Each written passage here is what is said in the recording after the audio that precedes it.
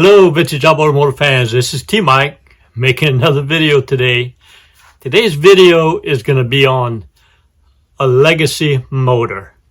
All right, specifically a legacy motor for Chris's grandfather in North Carolina.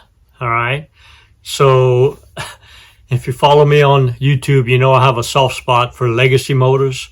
Motors that father, grandfather passed on through the family and brought back to life. Well, this is a legacy story that I'm going to tell you that, I don't know, it might just bring tears to your eyes. It's so special. But anyway, about 6 weeks ago, Chris from North Carolina contacted me through messaging, just telling me that he never worked on a motor before and he had picked up this 9.5 Johnson early 70s motor, and he needed to get it running, had to get it running by April the 1st.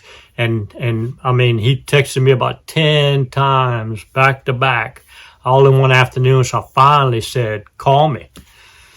So Chris called me and I said, Chris, I said, take it easy. I said, I'll walk you through getting this motor going. I said, you know, it's not gonna be a problem. Oh, he said, you don't understand. He said, my grandfather recently passed away.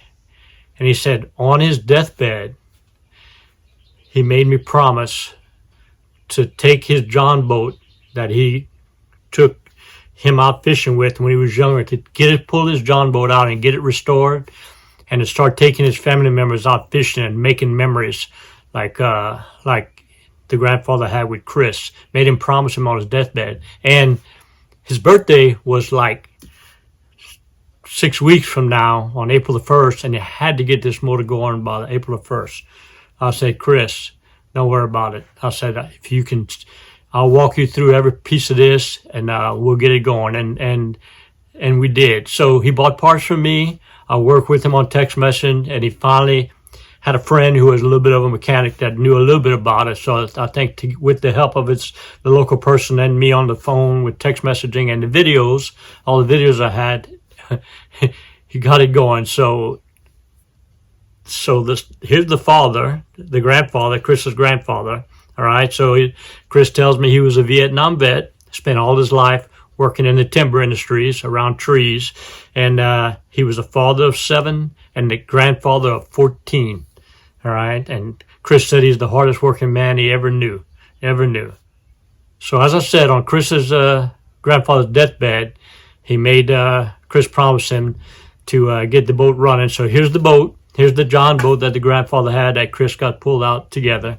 And Chris finally got the motor running, and he took his brother out fishing on the grandfather's birthday and spread his ashes out, and said he had the feeling that his grandfather was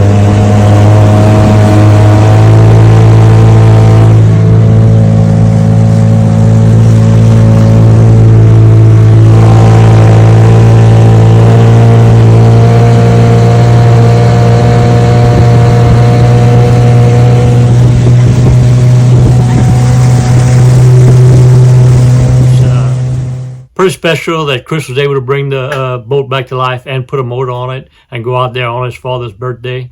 I think it's just a great thing to have these legacy motors brought back to life, and I congratulate Chris on the dedication and the hard work to get the job done. So love the legacy motors. If you have one that you need to help get restored, I have all the parts, the videos, and you got my phone number to be able to text me to help you with it. So hope y'all enjoyed the video. See y'all next time.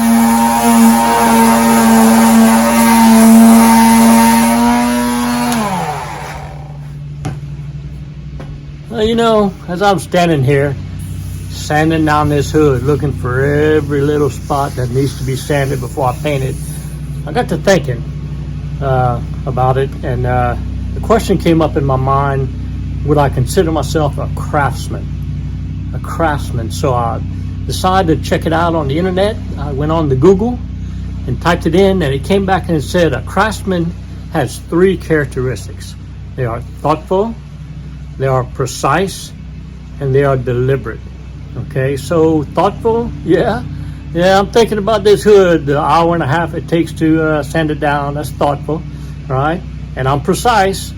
I'm trying to get every little piece done right, and I'm deliberate. I'm deliberately doing this, standing out on this beautiful day, deliberately standing a hood. All right. There's a couple other things I found in there. It says it has you have to have an eye for managing detail. A lot of details on this hood, and you have to always follow through. A craftsman always follow through. So I don't know if I could call myself a craftsman. That would be for you to judge out there, my YouTube subscribers. But I can tell you one thing, all right? I am gonna follow through. I'm gonna finish sanding down this hood down to the bare minimum and give it a great